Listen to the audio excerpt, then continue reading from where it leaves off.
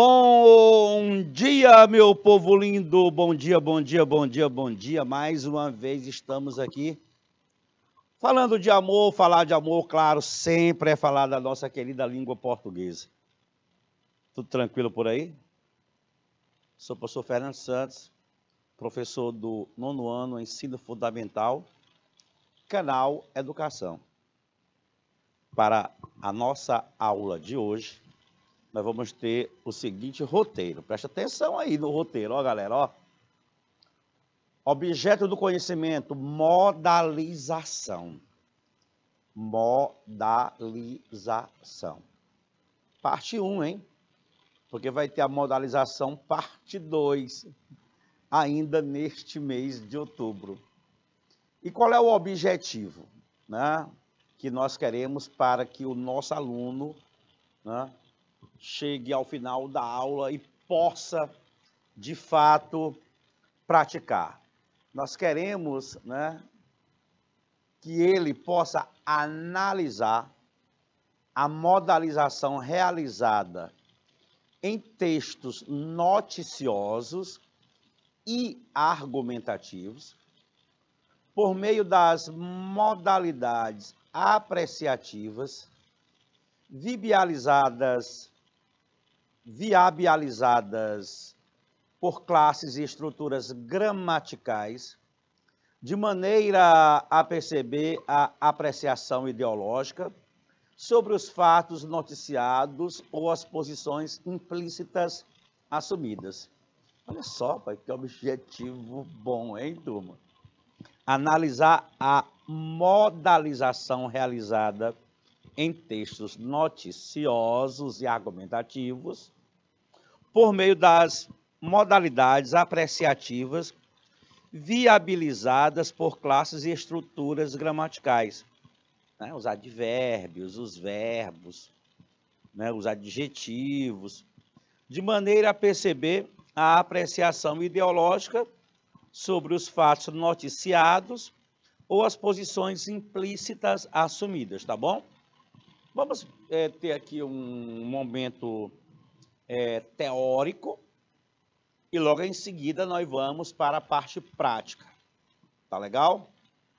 Precisamos verificar o que é a modalização. Tá bom? Então vamos juntos aqui. Olha só. O que é a modalização? O que é a modalização? Algum de vocês tem notícia do que seja modalização? Alguém aí sabe o que é a modalização?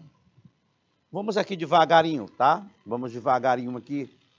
A modalização é um conceito advindo da ciência linguística para definir os mecanismos discursivos que apresentam a função de manifestar o posicionamento do enunciador em relação àquilo que é dito. Presta atenção, ó. Mecanismos discursivos que apresentam a função de manifestar o posicionamento do enunciador em relação àquilo que é dito, né? É como se você fosse fazer uma apreciação daquilo que foi exposto, né? E a partir daí, né, da apreciação, você poder ter um posicionamento contrário ou a favor, né? Que seria aí um tipo de réplica, podemos dizer assim. Já que em aula anterior nós falamos de apreciação e réplica, e a modalização ela entra também nesse estilo, né? Porque a ideia é fazer com que você, né, se posicione, né, diante de algo que é exposto para você. De forma geral, um modalizador é um elemento gramatical ou lexical. Um elemento gramatical ou lexical. É uma palavra ou expressão por meio da qual, vou só ajeitar aqui a concordância legal, por meio da qual o enunciador revela alguma atitude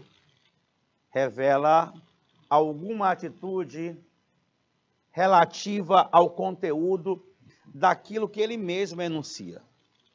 Assim, mesmo de forma encoberta, o enunciador deixa seus posicionamentos subentendidos ou sugeridos de forma a influenciar o co-enunciador a compreender o enunciado sobre um determinado aspecto que lhe é dissimuladamente proposto. Tá bom?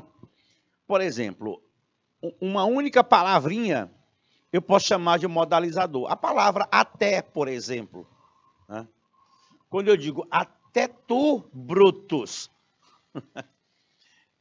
é como se esta figura não fosse esperada, né, para que agisse de uma determinada forma.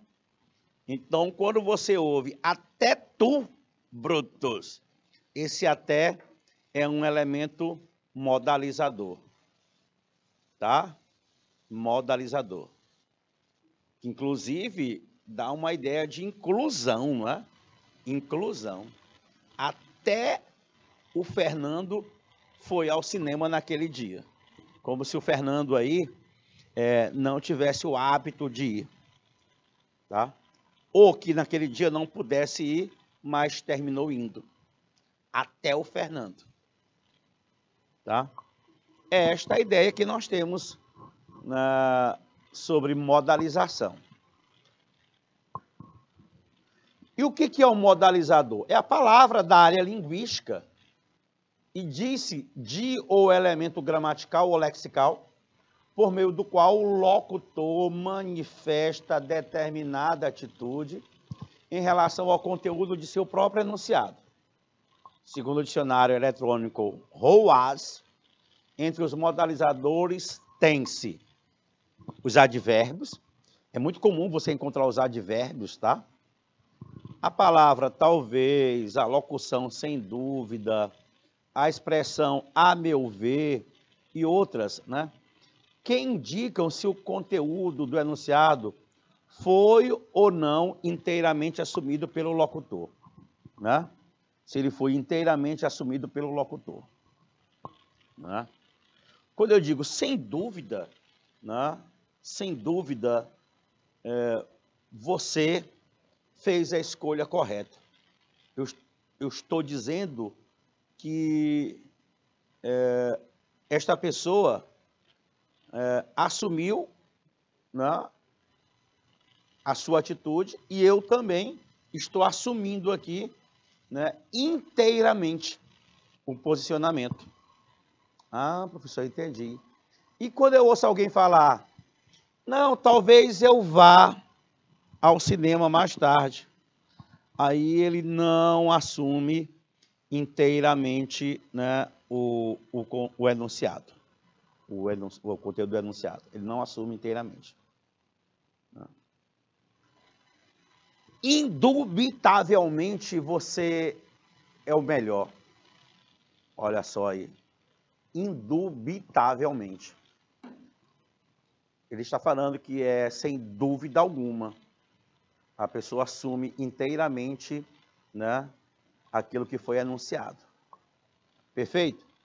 Então, é muito comum você ter aí os advérbios, as expressões adverbiais, funcionando como modalizadores. O modo do verbo também é muito importante, muito cuidado, tá? Quando você emprega o verbo no modo indicativo, no modo subjuntivo. Por quê? Porque o modo indicativo, ele vai indicar algo que é certo, algo que é real. Uma vez que o modo subjuntivo já nos dá uma ideia de probabilidade, de algo que é possível, mas não se tem uma certeza, né? Ou seja, o modo verbal, ele vai indicar se o enunciado expressa um fato ou um desejo. Fato. Fato é o que de fato ocorreu, né? Ou ocorre. E desejo é aquilo que se pretende, que pode ocorrer ou não. É apenas um desejo. Quando eu digo Pedro veio, isso é fato. O veio está no modo indicativo. Mas quando eu digo gostaria que Pedro viesse, esse SSE do viesse, né, me dá uma ideia de algo provável. Gostaria. E até a forma do futuro do pretérito aí, né, gostaria, nessa expressão, gostaria que Pedro viesse, me dá aí uma ideia de não se ter uma certeza, né? É algo provável. Existe também o verbo auxiliar modal. Verbo auxiliar modal. O que é um verbo auxiliar? É um verbo que acompanha um outro, e o outro é chamado de principal. Ó, quando eu digo, você pode vir, ou então, você deve vir, são posicionamentos diferentes, né? Assumidos aí pelo verbo da esquerda, pelo verbo auxiliar. Fulano de tal pode vir, fulano de tal deve vir. São posicionamentos diferentes, né? Aí você vai ter uma noção de necessidade ou ainda possibilidade, tá? Possibilidade. Se o Pedro pode vir, é uma possibilidade. Pedro deve vir, é uma necessidade. Ah, mas o Fernando deveria estar aqui. É porque deve ser algo necessário junto ao Fernando, né? A presença dele é algo necessário. Tá? Bem, além do advérbio, além do modo verbal, além do verbo auxiliar modal, existe também a oração principal em um período composto, né? Porque nessa oração principal, você pode ter aí um verbo que expressa modalidade. Como assim, professor? Quando eu digo é possível que Pedro venha, é possível que Pedro venha, veja que aí é uma possibilidade. É uma possibilidade. E nessa oração, é possível, eu tenho o ezinho, que é um verbo ser, que é o verbo de ligação, acompanhado do adjetivo possível. É possível, é provável, né? É provável. Ah, legal, prof. É conveniente. Seria interessante. Então, o verbo da oração principal, expressando aí modalidade. Aí eu aproveitei e coloquei esse quadro aqui, do qual eu gosto muito, né? Que trabalha aqui basicamente 3 modalizações, tá? Nós temos a modalização epistêmica, né? Nós temos a modalização deôntica e, por fim, a modalização afetiva. Epistêmica, deôntica e afetiva. Aí, eu vou fazer o seguinte. Antes de falar de cada uma delas, eu vou querer que vocês façam uma leitura durante 2 minutinhos, tá bom? Desse quadro, e que procure compreender tudo que você lê por aí, tá bom? Então, na telinha, 2 minutinhos, leiam devagar. Se vocês precisarem de mais um tempinho aí, vocês me avisem e a gente faz a concessão, tá? De um tempo a mais. Então, 2 minutos valendo.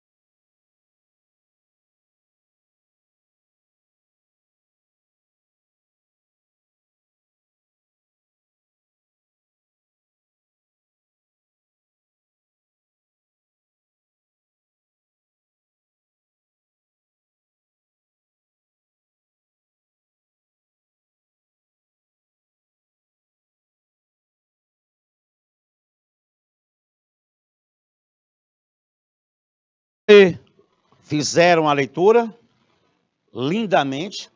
Pois vamos lá, vamos começar aqui pela modalização epistêmica. Eita, nome bonito, hein, turma? Epistêmica. Vamos lá, ó. Ela expressa uma avaliação sobre o valor de verdade e as condições de verdade da proposição. E ela compreende 3 subclasses, 3. A primeira, dos asseverativos. A segunda, dos quase asseverativos. Professor, me diga aí o que é esse negócio de asseverativo e quase asseverativo. Quando é asseverativo, é porque você está simplesmente afirmando mesmo, né? Ei, você vai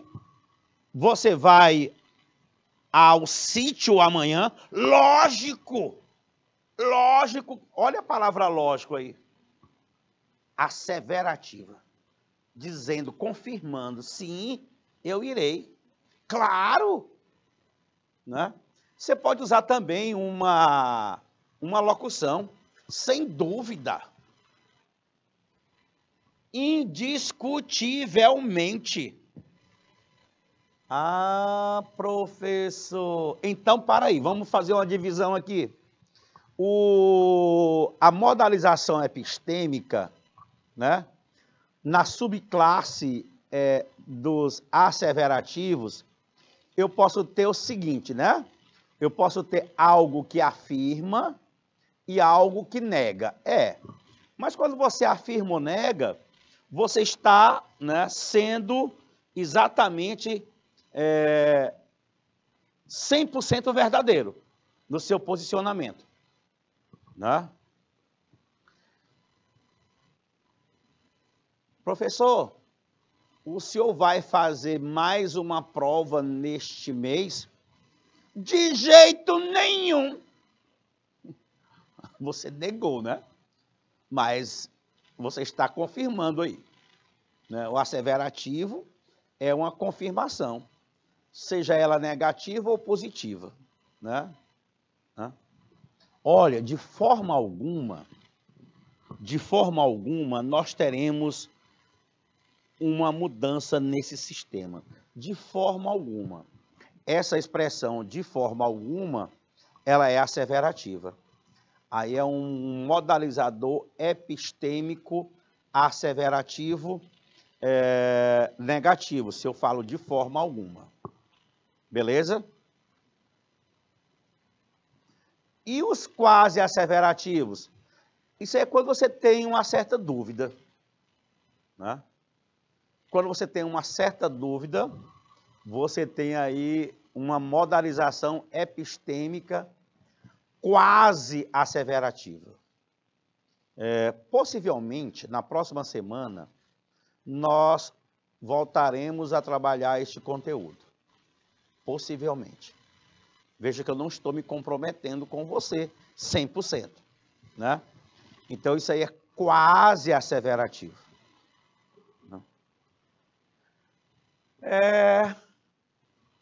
Talvez, né?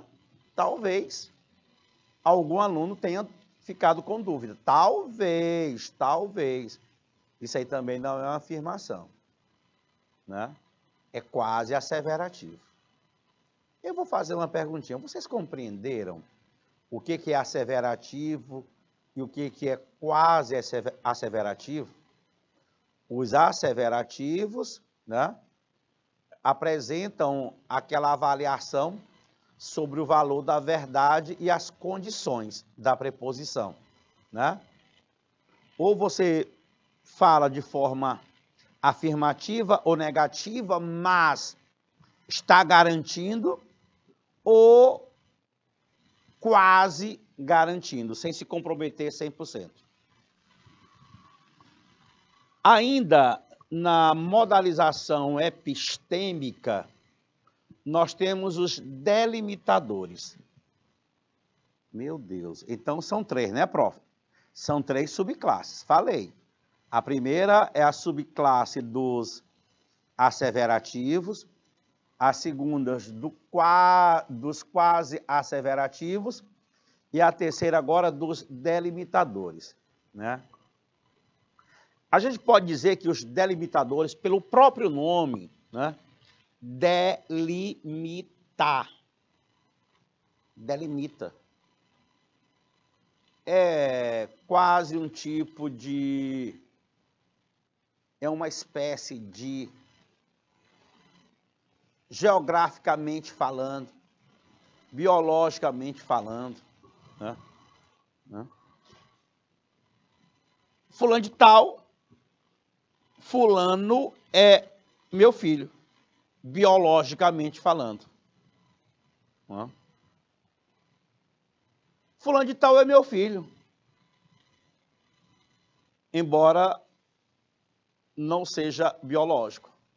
Então, há um limite, né? Um delimitador aí. Né? Há um delimitador. Geograficamente falando, aqui nós tivemos um percentual elevadíssimo. Estamos falando de um espaço físico. De um percentual elevadíssimo. Não interessa de que o percentual, mas... eu faço um recorte, né, em um espaço físico, e nesse espaço, né, houve um percentual muito elevado. Pronto, é um delimitador. Professor, o senhor pode vir até aqui, a partir desse tracinho aqui, não ande não. Quando o senhor está aqui ajeitando o estúdio, que manda... Eu ficar aqui em um posicionamento, né, delimitado aqui, né? Até a posição da mesa, rapaz, quando sai 1 milímetro, o homem vem aqui ajeitar. É um toque que ele tem. Mas é assim mesmo, funciona desse jeito. Não é para ficar bonito na fita. É ou não é, turma? É para quando você estiver visualizando aí do outro lado, você perceber que a coisa é toda bonitinha, toda linda aqui. E é verdade. E é. É verdade. Olhar para um lado aqui que é verde, né? O cromazão aqui. Falar disso, nós precisamos fazer uma aula no croma, né, turma? Vamos fazer aqui. Beleza? Pronto. Prof, então nós estamos aí na modalização epistêmica. Sim, nenenzinho. Modalização epistêmica. Ah, professor, depois que o senhor falou aí, eu consegui captar melhor. Né? Quando eu fiz a leitura sozinho, eu já percebi algo parecido com isso. Mas eu não tinha assimilado 100%. Agora sim. Então, quando eu tenho uma modalização epistêmica, eu tenho subclasses, e aí eu posso trabalhar a verdade 100%, seja ela negativa ou afirmativa, ou então, quando eu não tenho a certeza, né, eu uso um modalizador quase asseverativo, né, que me dá uma possibilidade, uma probabilidade, uma dúvida. Aí eu digo talvez, provavelmente, né, eventualmente acontece isso. Muito bem, muito bem. Professor, e a modalização deôntica? Deôntica, vamos ler aqui, deôntica refere-se ao princípio da obrigação e da permissão. A deôntica refere-se ao princípio da obrigação e da permissão. Permissão, obrigação. Obrigatoriamente, nós deveremos estar naquele local às 21 horas. Obrigatoriamente. Necessariamente, estaremos naquele local, né, no horário marcado. Né? Então, é a questão da permissão e da obrigação. Aí sem grande dificuldade, né? Sem dificuldade alguma. Mas eu gosto muito dos afetivos, sabia? Os afetivos? Porque os afetivos, a modalização afetiva, ela trabalha com o aspecto emocional, não é não, turma? Verbaliza as reações emotivas do falante em face do conteúdo. Reações emotivas, né? Imagina alguém que ganhou a Mega Sena. Esta pessoa é entrevistada. E aí, né? Como é que você se sente? Felizmente, né? Felizmente eu consegui acertar todos os números. Né? Felizmente. Veja o estado emocional da pessoa. Eu nunca vi nenhum ganhador da Mega Sena sendo entrevistado. Nunca vi, não. Né? Alguns até ficam no anonimato. Eu, por exemplo, se eu ganhasse a Mega Sena, né, eu continuaria com a minha vidazinha simples aqui o tempo todo.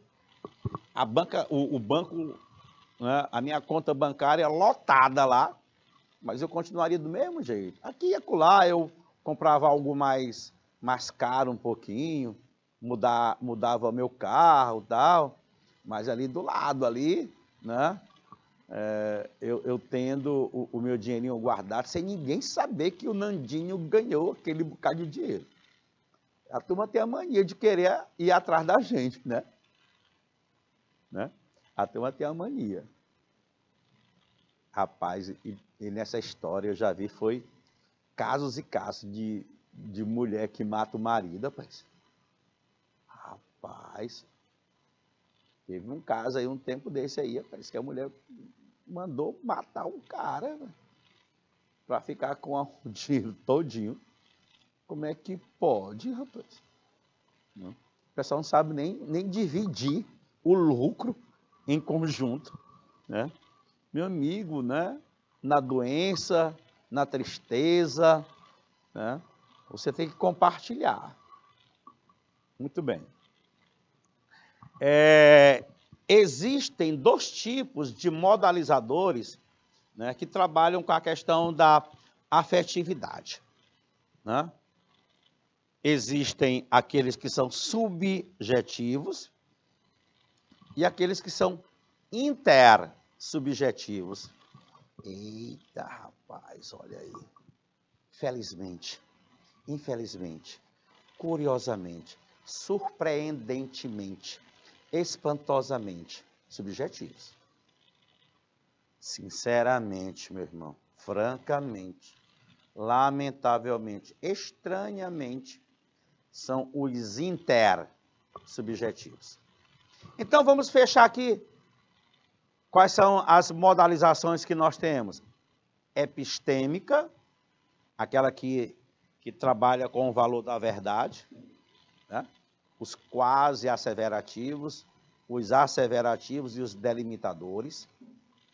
A modalização deôntica, aquela que faz referência, né, ao princípio da obrigação e da permissão, e a modalização afetiva, né, que está mais relacionada ao aspecto emotivo, emocional. Olha aí. Os modalizadores, eles caracterizam os tipos de atos de fala. Revelam maior ou menor grau de engajamento do falante em relação ao conteúdo proposicional, né? Aí ele está falando dos modalizadores epistêmicos, né? Dos asseverativos ou quase asseverativos, tá? Apontam as conclusões para as quais os diversos enunciados podem servir de argumento, selecionam os encadeamentos capazes de continuá-los. O que é que nós temos mais aqui? Uma ideia, por exemplo, pode ser transmitida de diferentes formas, né? Existem várias formas. Você já viu alguém que não queria machucar o outro e termina machucando, porque não conseguiu trabalhar o texto de uma forma que não machucasse? Embora dissesse a mesma coisa que machucou, poderia ter dito sem machucar? Ah, professor, entendi.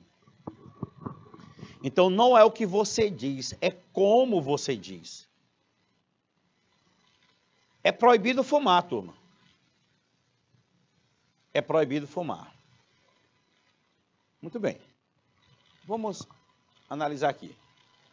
Uma ideia pode ser transmitida de diferentes formas. É proibido fumar. Mas se eu disser assim, para a defesa da nossa saúde, pedimos que não fume neste local. Você acha que é mais suave? Qual das duas você escolheria, assim, com maior passividade? É proibido fumar ou, para a defesa de nossa saúde, pedimos que não fume neste local? E aí? Prof. Pessoal, tem mais alguma aí? Fumar é prejudicial à saúde. Por isso, pedimos aos utilizadores deste espaço que não fumem. Legal, prof. Você disse a mesma coisa de 3 formas diferentes, tá? E com certeza a primeira é mais cruel. Porque ela sempre solicita um questionamento. Por que é proibido fumar? Quando você já dá a finalidade, já diz a razão, né, para a defesa da nossa saúde, ou seja, em prol da nossa saúde, nós estamos pedindo, solicitando que você não fume neste local, tá bom?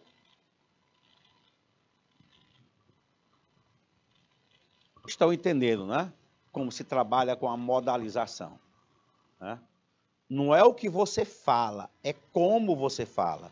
Não é o conteúdo em si, mas como você se manifesta, né, diante daquele conteúdo. Existem verbos que são especialmente usados nestas construções, como, por exemplo, poder e dever. Aquela questão da possibilidade, né, da obrigatoriedade.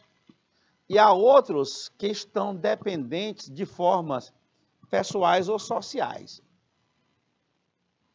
Quando eu digo, eu costumo ir passear de tarde, em vez de eu passeio todas as tardes, né?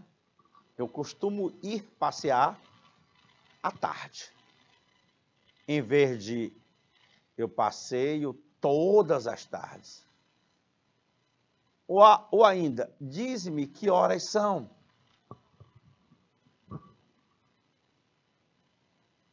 Ou então, pode dizer-me que horas são. Parece-me que a primeira, né? Diz-me que horas são, é algo que é obrigatório, né? É uma exigência. E a segunda situação com este verbo, né, auxiliar, poder, é uma possibilidade. Enquanto que na primeira situação você usa algo imperativo, diz-me que horas são. Esse diz aí poderia ser dize-me. É o verbo do imperativo afirmativo, na segunda pessoa do singular. Tu. Pode dizer-me que horas são?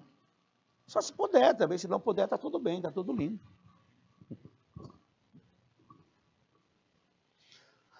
Ou ainda, tens de fazer aquilo que eu mando. Vixe Maria! Eu me lembrei aqui de gente que ouve essa frase todos os dias. Alguém que está do outro lado do vidro ali. Tu tens de fazer aquilo que eu mando.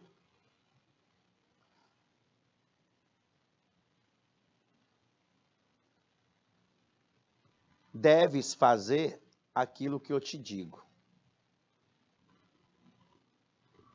Tu deves fazer aquilo que eu te digo. Poderia dizer-me que horas são? Poderia. Muito bem. Só terias a ganhar se fizesse aquilo que os mais velhos te dizem. Isso aqui é conselho de mãe, né, gente? Conselho de mãe. Olha, filho, tu só terias a ganhar se tu fizesses aquilo que os mais velhos te dizem. Portanto, tu deves ouvir os mais velhos. Eles sabem tudo da vida. Bem, repetindo aí, recursos que expressam a modalização. Os modos e tempos verbais, né, o indicativo, subjuntivo, imperativo, os advérbios, os adjetivos, os predicados cristalizados, em que um adjetivo funciona como predicativo, é aquele caso do é certo, é provável, é necessário, é conveniente. Pronto. São recursos que você pode utilizar. O que mais? Os performativos explícitos. Como é que é, professor? Performativos explícitos? Sim. Quando você é altamente direto. Eu ordeno. Eu proíbo. Eu permito. Eu quero. Esse performativo aí, eu quero, é muito comum, né? Crianças usarem. Meu filho, você não pode comer esse doce, mas eu quero. Meu filho, eu já disse que essa blusa é cara, eu não posso comprar, mas eu quero. Eita, quem foi que não já passou por isso, hein? Quem é pai aí? Eu quero. É desse jeito. Ou então você é aquela tia que dá tudo para o sobrinho. E quando você não pode, e ele diz, eu quero. Se você tiver pulsa, você vai dizer, pois agora não vai ter nem esse, nem o anterior, que é mais barato. Vai ter mais nenhum. Eita, jogou pesado, hein? Também nas locuções verbais, aquele verbo auxiliar, né? Estou só aqui repetindo o que nós já utilizamos hoje. Poder, dever, ter que fazer, ter de dizer. Esse que é uma preposição. Eu posso trocar por de. Ter de dizer, ter de fazer, haver de precisar.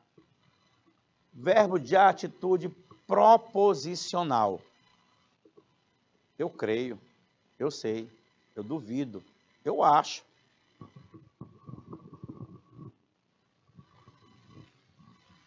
Olha aqui. Um verbo ser acompanhado de um predicativo. É lamentável que a violência tenha tomado tão graves proporções e invadido nossas casas. Né? Aqui são duas crianças, né? Basicamente, aqui, brigando, né? E a coisa, né, a cada dia aumenta mais. Observe que no texto anterior, de modo indireto, o enunciador revela-se penalizado com a violência que assola a sociedade. E perceber seu sentimento só foi possível graças à expressão é lamentável. É lamentável. Que aí aquele modalizador afetivo intersubjetivo, né? Intersubjetivo. Trata-se, portanto, de uma expressão modalizadora, pois ela contém, faltou um acento no contém, não é, turma? Faltou um acento aqui no contém. Ela contém um modo de significar distinto daquilo que é veiculado no restante do texto. Este contém a informação propriamente dita. As expressões modalizadoras, por outro lado, indicam o modo como aquilo que se diz é dito. E aí, três perguntinhas básicas ou informações que eu quero que vocês tomem conhecimento. Será que nossas palavras dão pistas das nossas opiniões sobre o que estamos falando? Os veículos de comunicação, TV, jornal, revistas, etc., são objetivos ou subjetivos? Expresse suas opiniões. Como podemos identificar se um texto é objetivo ou está tentando nos influenciar? Pensem aí durante 2 minutos, valendo, na tela, 2 minutos.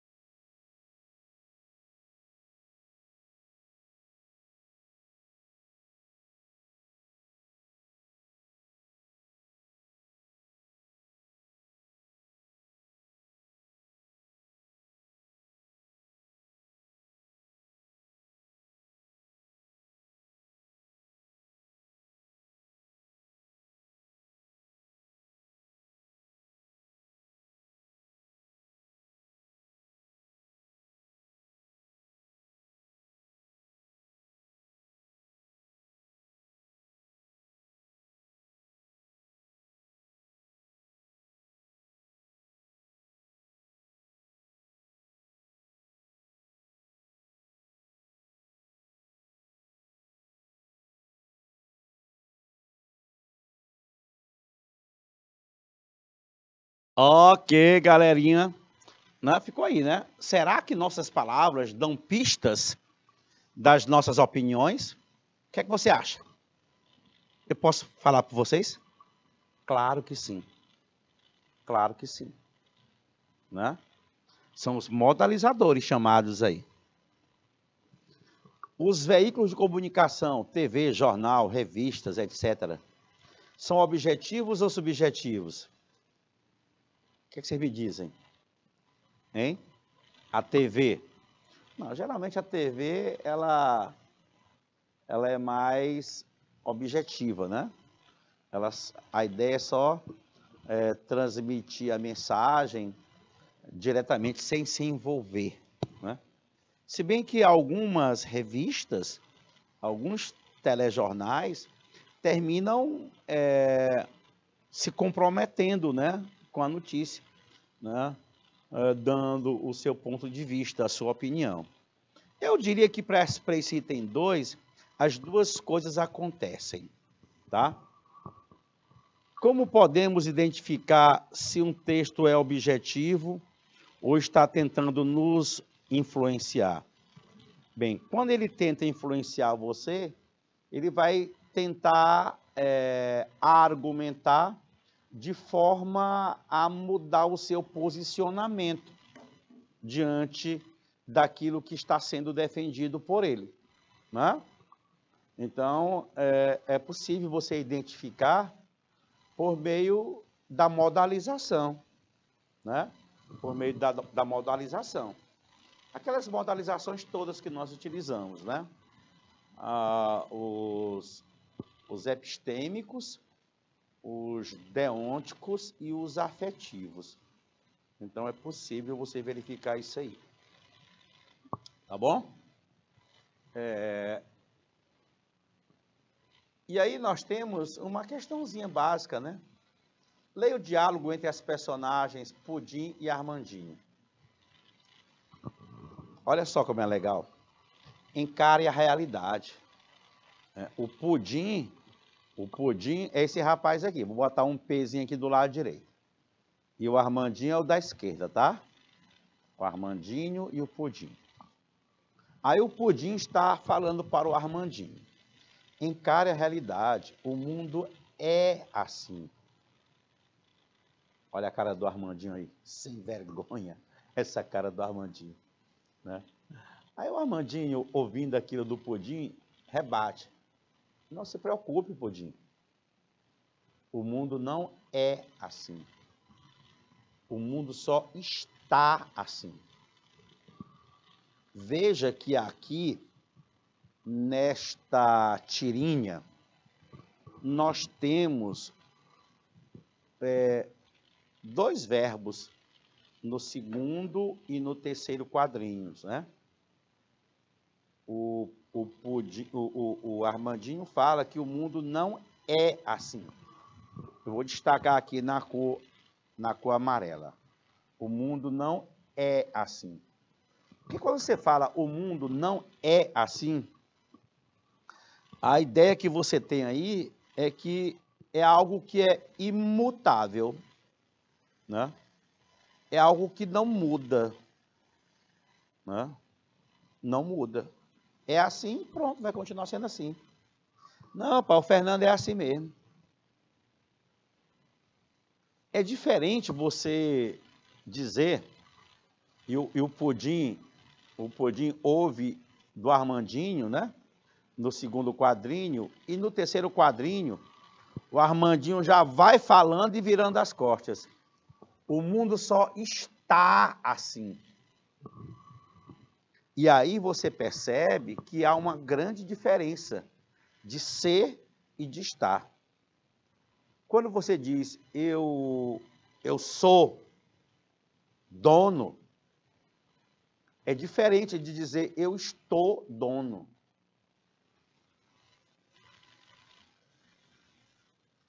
Eu sou feliz é diferente de eu estou feliz. Professor, e qual é a ideia que nós temos aí? Eu sou feliz e estou feliz.